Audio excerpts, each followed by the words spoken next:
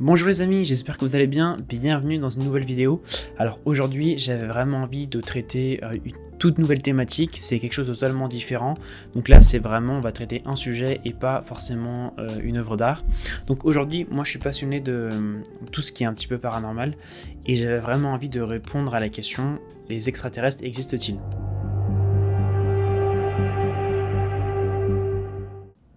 Donc cette vidéo aura pour but forcément de vous donner mon opinion avec des faits basés, mais aussi des interprétations qui me seront personnelles et qui seront clairement explicitées et énoncées à l'avance. Répondons donc tout de suite à la question, les extraterrestres existent-ils ? On pourrait factuellement répondre par non, les extraterrestres n'existent pas puisque nous n'en avons jamais vu, donc ils n'existent pas. Mais c'est peut-être un peu plus complexe. En 1950, beaucoup de témoignages émergent aux États-Unis dans lesquels des citoyens décrivent avoir vu des mouvements bizarres, erratiques ou irréguliers dans le ciel. C'est ce qu'on appelle des ovnis. Les témoins de ces soi-disant ovnis n'ont probablement jamais su que ce qu'ils voyaient étaient en fait des avions espions de la guerre froide et notamment le fameux Lockheed U-2 qui de terre ressemblait fortement à une soucoupe. En revanche, il est possible que l'intérêt des gens pour les ovnis provienne de deux facteurs dont un que nous avons déjà énuméré. Le premier, la guerre froide, et le deuxième, le nucléaire. Les années 50, c'est une décennie marquée par la reconstruction lente du monde, c'est la fin de la guerre et le début des 30 glorieuses, mais c'est aussi et surtout l'âge de l'atomique. Après une guerre mondiale qui s'est soldée par deux bombes nucléaires, le monde comprend que le nucléaire, c'est sûrement le nouveau moyen d'exercer une coercition envers d'autres États, mais c'est aussi un moyen de produire une énergie folle, et c'est naturellement que les gens se passionnent par cette production énergétique révolutionnaire. On verra par exemple un tout nouveau style d'architecture entre la fin des années 40 et les années 60, le style Googie, qui est d'ailleurs mon style préféré d'architecture à ce jour. Ce style d'architecture s'inspire clairement de l'atome, mais aussi et surtout de la conquête spatiale en prenant des formes de planètes, d'étoiles ou sphères pour représenter le noyau d'atomes. La plus célèbre carte de Call of Duty Nuketown reprend totalement le style Googie puisque la carte sert à la base de tests pour des essais nucléaires sur des villes maquettes. Après un attrait pour le microcosme, c'est-à-dire l'infiniment petit, les États comprennent qu'avec une quantité d'énergie aussi folle, nous pourrions explorer davantage de nouveaux espaces comme l'espace, et donc c'est là que commence la conquête spatiale. Cela représente un axe d'affrontement majeur pour le bloc de l'Ouest, donc les États-Unis entre autres et l'Europe de l'Ouest, mais aussi contre le bloc de l'Est, l'URSS, du début de la guerre froide. La conquête spatiale inspirera les créateurs pour créer, comme nous l'avons vu, de nouveaux décors, de nouvelles séries comme Star Trek, mais cela permettra aussi de totalement repenser le packaging de produits, l'architecture intérieure et le design industriel et commercial. On peut donc dire, après cette introduction, que l'intérêt des gens pour les ovnis date d'à peu près il y a 70 ans. Même s'il y a sûrement de plus vieux témoignages, on peut donc considérer que l'intérêt des gens relate des années 50. On peut donc d'ores et déjà exclure les témoignages des personnes des années 50 aux États-Unis, parce qu'on sait que c'était des avions espions, mais que dire des gens qui disent avoir été enlevés par des extraterrestres ? Ces personnes-là n'avaient rien à gagner. Pas de somme d'argent, peut-être une notoriété très éphémère, mais en tout cas une stigmatisation et une marginalisation. Alors pourquoi faire ça ?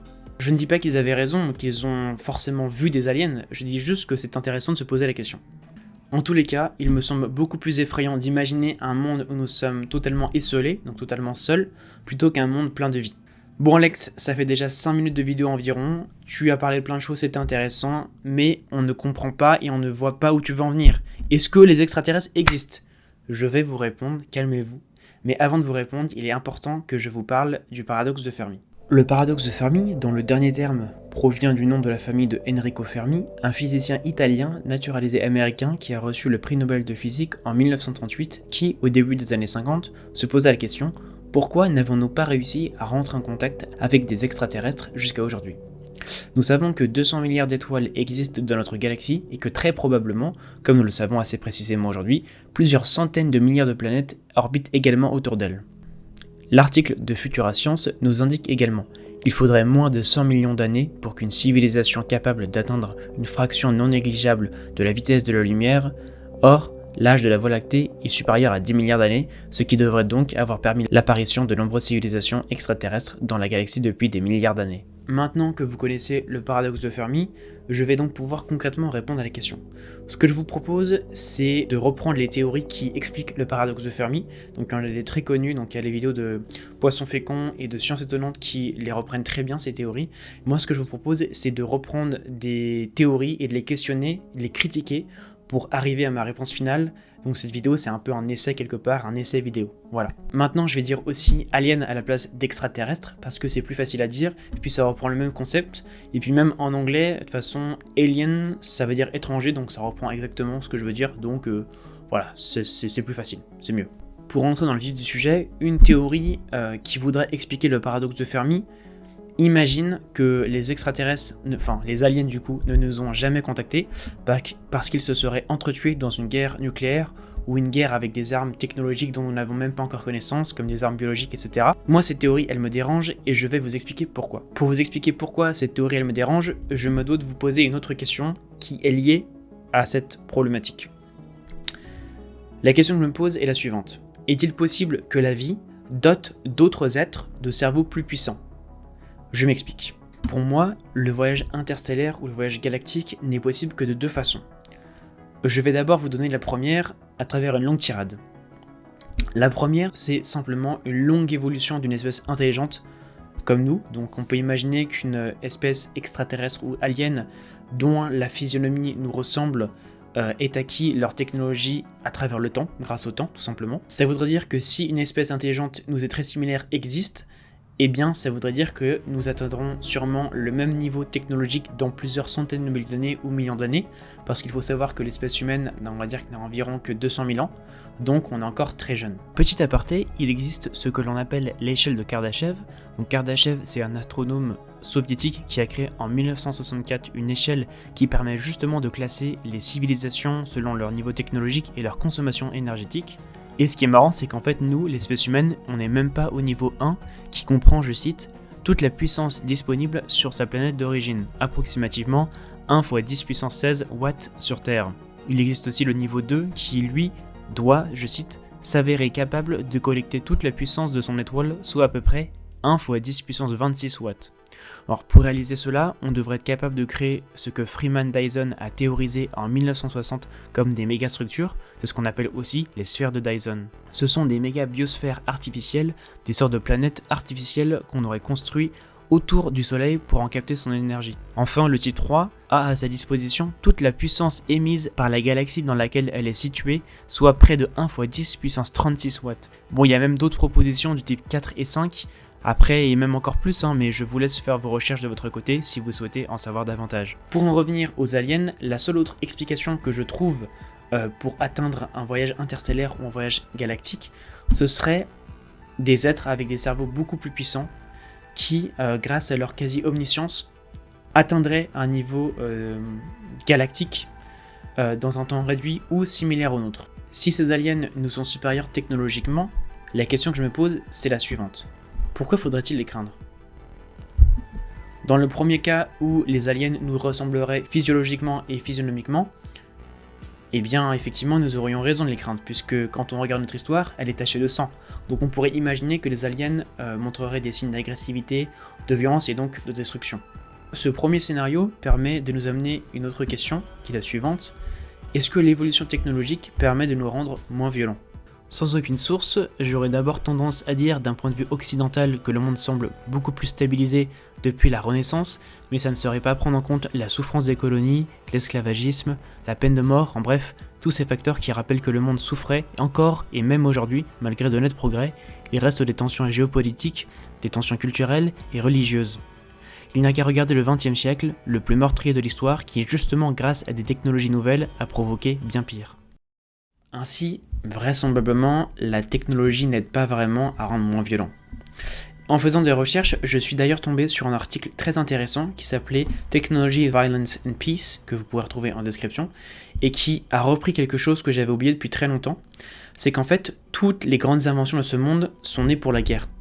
Google, la logistique, le nucléaire, enfin plein d'autres choses, donc je vous laisse faire vos recherches aussi, mais c'est quand même intéressant parce que tous ces investissements martiaux ont permis des créations de destruction. Plutôt paradoxal, non ? Pour revenir au premier cas, donc si les aliens nous ressemblent, effectivement, nous avons tout à craindre d'eux. Sauf s'ils nous prouvent qu'il est possible, avec le temps, de s'améliorer, de créer une entente mutuelle entre les peuples, et c'est une éventualité. Cependant, il y a toujours la deuxième option dont nous n'avons toujours pas parlé.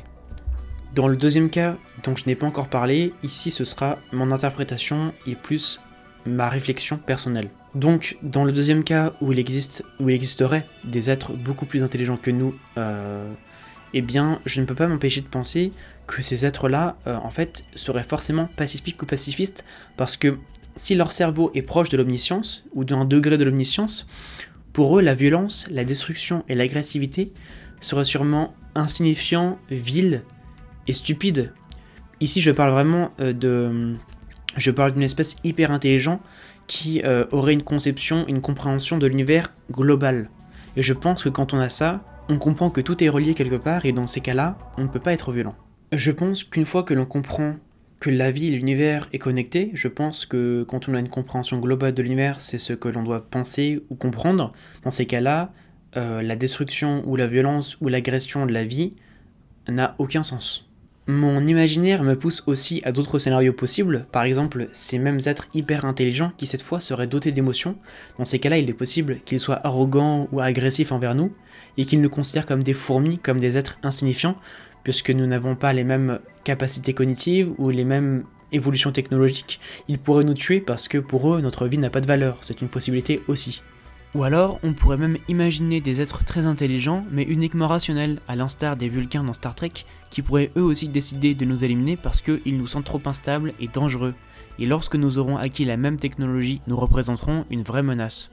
C'est par exemple le dénouement du film Abyss de James Cameron, où les aliens s'apprêtent à exterminer l'humanité pour sa cruauté, mais nous épargnent pour l'empathie et l'amour que nous pouvons montrer. Néanmoins, je suis persuadé que s'il existe des êtres hyper intelligents, ils seront amicaux. Comme je l'ai déjà dit, pour moi, intelligence rime avec empathie et pacifisme. J'avoue que pour cette fois-là, j'ai pas vraiment de source, je n'ai même aucune source, c'est simplement ma conviction personnelle. Dans la vidéo de Science Étonnante dont je vous ai tant parlé, ce dernier explique que les extraterrestres, enfin les aliens, ne nous contactent pas ou ne nous ont jamais contactés parce qu'ils nous sont tellement supérieurs technologiquement, ils ne nous remarquent même pas. Et je ne suis pas d'accord avec cette théorie ou cette explication, et je vais vous expliquer pourquoi. Si une espèce intelligente existe, même si elle n'est pas omnisciente, mais qu'on peut la qualifier d'hyper intelligente, comme par exemple une très bonne idée, une très bonne conception de ce que ça pourrait être. On a vu ça dans le film Indiana Jones, le crâne de cristal. D'ailleurs, le film Indiana Jones, le crâne de cristal a d'ailleurs inspiré la carte de Nuketown de Call of Duty Black Ops que j'avais déjà évoqué au début de la vidéo. Et effectivement, c'est cette scène où Indiana Jones se retrouve au milieu d'une ville maquette pour test nucléaire qui a vraiment donné l'idée de cette célèbre carte de Call of Duty. Donc, merci Indiana Jones et le crâne de cristal. Et on voit bien dans ce film que l'alien n'avait aucune envie de contacter les hommes ou de rentrer en contact avec eux. Alors pourquoi ne nous contacte-t-il pas ? Et je pense que l'on peut expliquer cela par le concept d'ethnocide. L'ethnocide est un terme pour désigner la disparition ou la destruction de l'identité sociale et culturelle d'un groupe d'hommes et de femmes par un autre groupe d'individus. L'ethnocide peut se faire dans la violence ou par un changement économique et social très brutal. Par exemple, on sait que les civilisations mésoaméricaines comme les Aztèques sont mortes des maladies que les conquistadors européens avaient ramenées sur le nouveau continent, mais aussi d'un génocide, qui lui correspond à la destruction d'un peuple par la violence physique. En revanche, ce génocide vient sûrement d'un ethnocide. Bah oui, quand vous passez toute votre vie à chasser tout nu dans la forêt avec des arcs, et que du jour au lendemain vous voyez des grands navires arriver de n'importe où, des gens habillés, costumés, avec des armes à feu et des chevaux, vous remettez toute votre vie en question, vous vous dites mais qui sont ces gens, comment sont-ils si évolués, est-ce que ma vie a de la valeur par rapport à ça? Pour eux c'était des dieux en fait, ils ont vu ça et ils se sont dit mais qu'est-ce qu'on peut faire face à ça? Je pense qu'en fait ils sont tombés dans une espèce ils sont devenus tellement apathiques, ils sont tombés dans une espèce de dépression, ils se sont dit qu'ils ne pouvaient rien faire face à ces technologies en fait, ce qui est un peu vrai, et donc ils se sont laissés totalement remplacer par les Européens. Leur culture a été peu à peu remplacée par celle des Européens à cause de ça, je pense. De toute façon, on a des exemples assez concrets actuels d'ethnocide, comme par exemple la destruction du peuple amérindien dans l'Amazonie, ou encore de l'ethnocide de la Chine sur le Tibet. Cette idée est très intéressante pour répondre au paradoxe de Fermi, et pour moi, je pense que c'est la réponse qui me semble la plus crédible. L'idée n'est pas de moi, mais de Christelle Seval, ou Seval, je sais pas comment on dit, qui en 2006 proposait cette nouvelle idée avec son livre Contact et Impact. Donc en fait, pour elle, dans ce livre, elle explique notamment que si les aliens ne se montrent pas, c'est parce qu'ils ont peur que cela nous rende apathiques justement, que cela nous crée un sentiment d'impuissance totale. Nous nous poserions les mêmes questions que les Aztèques ou les Mayas se sont posés face aux Européens. Est-ce que j'ai de la valeur face à une telle grandeur? Est-ce que le monde ou les êtres humains, quel est le sens d'exister en tant qu'être humain face à cela? Et par exemple, pour être tout à fait honnête avec vous, quand j'ai réalisé cette vidéo, que je me suis documenté et que je suis tombé sur l'échelle de Kardashev, honnêtement, j'ai eu des vertiges de nausées tellement en fait c'était justement vertigineux, fou en fait et inconcevable la grandeur du cosmos, ses prouesses technologiques et énergétiques. Voilà ma réponse finale. Si les aliens ne se montrent pas ou ne nous contactent pas ou ne nous ont jamais contactés, c'est par peur de créer un ethnocide collectif envers l'espèce humaine. Enfin, nous spéculons depuis le début de la vidéo, mais est-ce qu'ils existent au final, les extraterrestres? Eh bien, il existerait une preuve qui indiquerait avec beaucoup de probabilité que les extraterrestres existent. Ce sont cette fois 3 vidéos qui ont été déclassifiées du Pentagone, donc des images qui ont été rendues publiques en 2019, même si elles avaient été diffusées en 2017. Et en fait, ces images, elles ont été capturées par la marine américaine en 2004 et en 2015. Ce sont des avions donc de la Navy américaine, des FA-18 Super Hornet, petit accent et tout, qui ont en fait capturé des phénomènes aériens non identifiés, dont je vous mets les sources en vidéo et qui sont très troublants.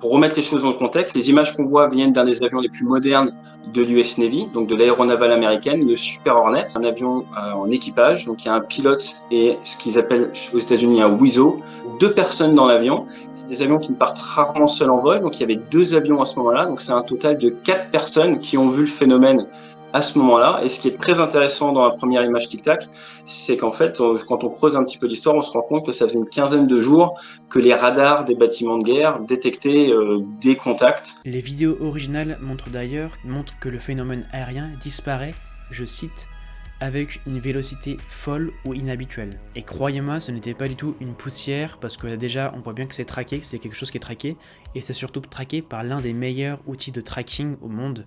Donc les erreurs sont quand même assez minimes. C'est d'ailleurs le pilote qui possède peut-être les meilleurs réflexes du monde qui a lui-même expliqué que lorsque le phénomène aérien a voulu les prendre de vitesse ou ne plus être suivi ou disparaître, kind of pull a nose, to where he's going to be, and he's coming up. He just rapidly accelerates beyond anything that I've ever seen. Crosses my nose, and it's gone. And I'm like, whoa. The Tic Tac appears to have vanished. Eh ben, il n'a rien pu faire, alors que c'est peut-être le meilleur pilote du monde ayant les meilleurs réflexes du monde. Puis après tout, on voit lors d'une des 3 vidéos que le phénomène aérien disparaît comme s'il se téléportait. And that's the video that you see. That doesn't weird you out. I don't know what does. We don't have that, and I'm talking, we're flying one of the premier airplanes on the planet. What was this? There is a capability out there. Don't know where it's from. Not saying it's from outer space, but not saying it's from here either. Donc c'est assez étonnant quand même. Pour terminer, tout cela semble indiquer qu'il y a de grandes chances pour que les extraterrestres existent, mais qu'ils ne nous contactent pas parce qu'ils ont peur de nous rendre apathiques. Voilà ma réponse finale. J'espère que ma vidéo vous aura plu. Merci beaucoup d'y avoir consacré du temps, de l'avoir regardé. Évidemment, n'hésitez pas à vous abonner, à commenter, à partager, à liker. Vous connaissez tout, même à mettre la petite cloche, n'oubliez pas. Voilà, c'était Alexandre, merci d'avoir regardé et à très vite. Ciao!